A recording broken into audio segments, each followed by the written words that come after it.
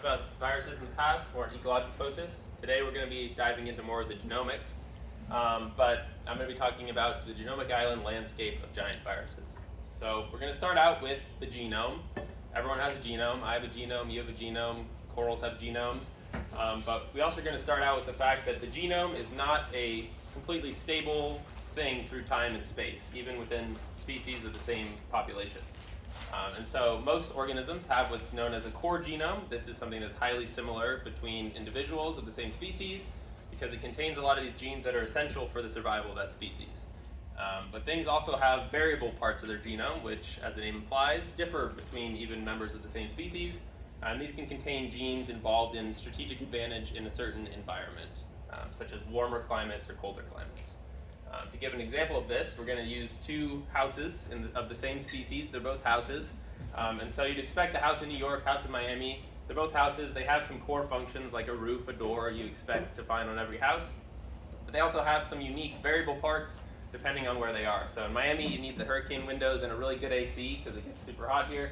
While in New York, you have a basement and you might need a good heater because it gets cold. So, but yeah, that's just to kind of explain the point a little bit more in depth. There's a few different ways that you can generate this variable part of the genome. The first one is recombination through meiosis, a process many of you guys have probably learned about during freshman biology. But that's just a sexual process in which the chromosomes can overlap and generate variability. You can also get this variation through mutations and natural selection acting upon those mutations. But I'm not going to be talking that much about these two today. We're going to be focused on the third way, which is horizontal gene transfer, which is the transfer of genetic material from one organism to another. And so, typically when we think of this, we can think of organisms sharing individual or single genes with other organisms. But what can also happen is organisms can share a lot of genes all at once. And when this happens, it's what we've known as a genomic island, which is a stable, really long segment of DNA that is acquired by an organism through horizontal gene transfer.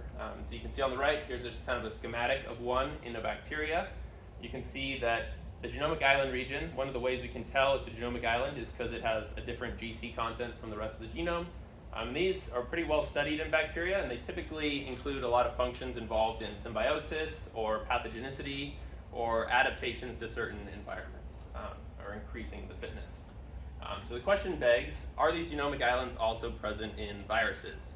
And so genomic islands are typically around 20 to 200,000 base pairs long, but that begs a problem because most viral genomes are very small and streamlined, much too small to begin to talk about genomic islands in them. Some examples maybe like the rabies or COVID or even the average phage. These genomes are a lot streamlined and very small, not really containing large segments of DNA within them. And so, but luckily we do have a group of viruses that are sufficiently large enough and have large enough genomes that we can begin to think about genomic islands within inside of them. And these are the eukaryotic infecting giant viruses. Here are some examples of them, and you can see their genomes span into the millions of base pairs, which can be larger or as large as some bacterial genomes. So we can begin to kind of investigate these genomes to see whether there are these genomic island regions that could be transferred inside of them. We already know that these giant viruses are pretty important to the ecosystem as they're widespread in the global oceans, and they're already known to carry a lot of genes involved in metabolic functions as well as some cellular genes that are unique to viruses. So we think that maybe these genomic islands in giant viruses could be a mechanism to rapidly exchange these genes with the host or other viruses. But these genomic islands are pretty understudied due to some limitations in genome quality, which I will talk about in a little bit. So, I'm going to go into how do we identify and find genomic islands? Well, they're primarily characterized by a divergent tetranucleotide frequency from the rest of the genome. And if you don't know what this is, you can think of it as every individual species, whether it be a bacteria, a coral, a frog, has its individual kind of fingerprint over its genome, and that manifests itself in kind of the frequency of A's, T's, C's, and G's and kind of their placement within each other. It also manifests in sort of the GC content. So an organism typically has like a stable GC content over its genome, except in these island regions where you can see here the GC content is typically a lot different than the rest of the genome, indicating it probably came from a different organism in that area.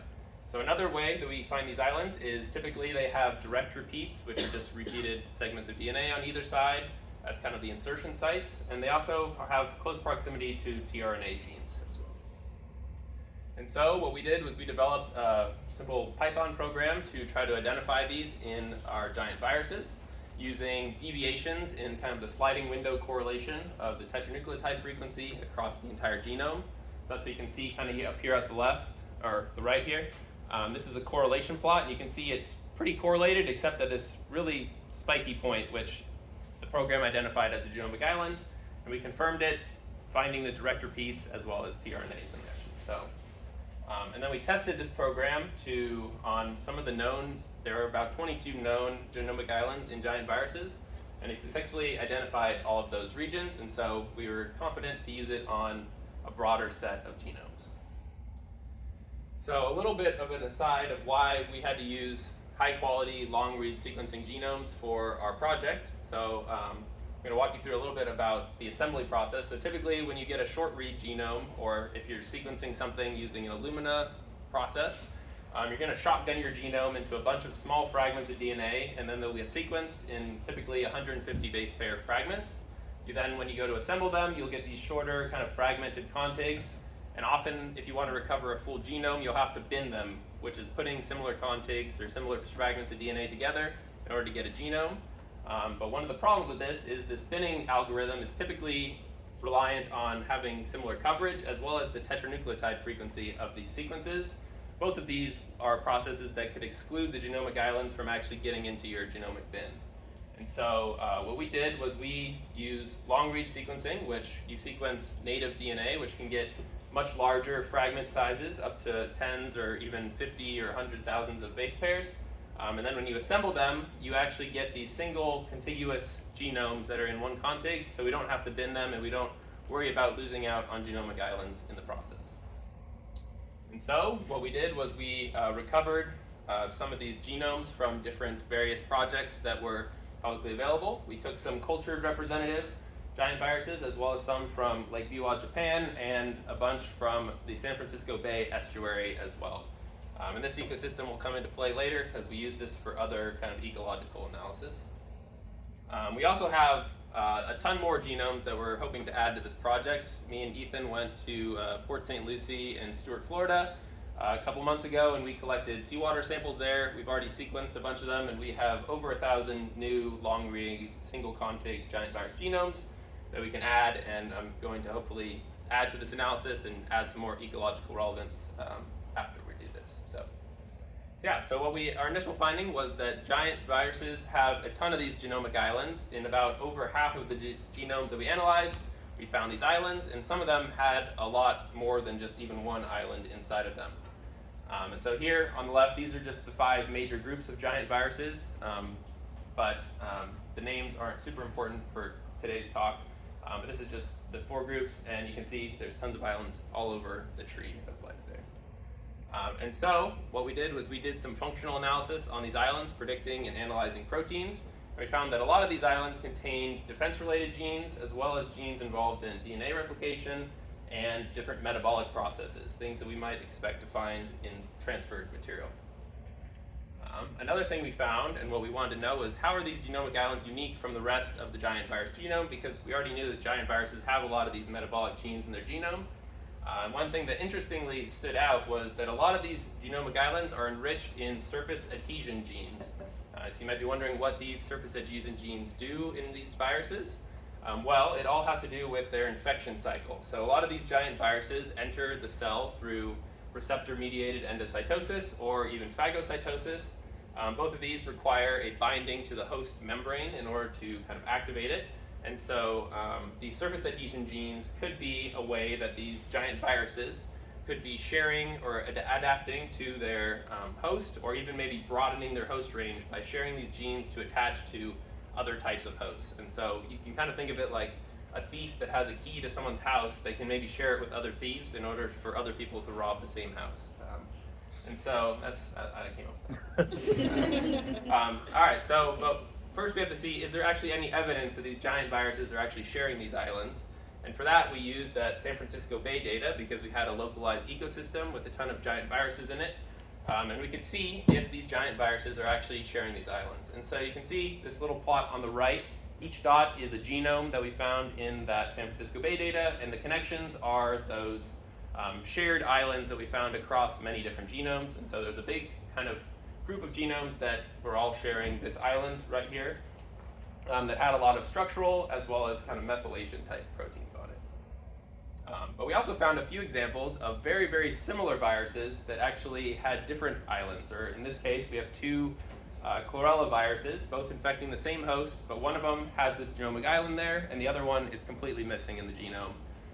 And this genomic island actually has a lot of surface adhesion proteins in it, and glycoproteins. So that was a pretty interesting find as well. So the third question we wanted to answer here was, what is the origin of these genomic islands?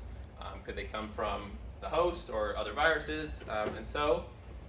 We did some analysis, and interestingly, we kept finding these genes that had pretty obvious bacterial origin inside of some of these genomic islands. And about 30% or so of these genomic islands, they were found to kind of have some sort of bacterial origin.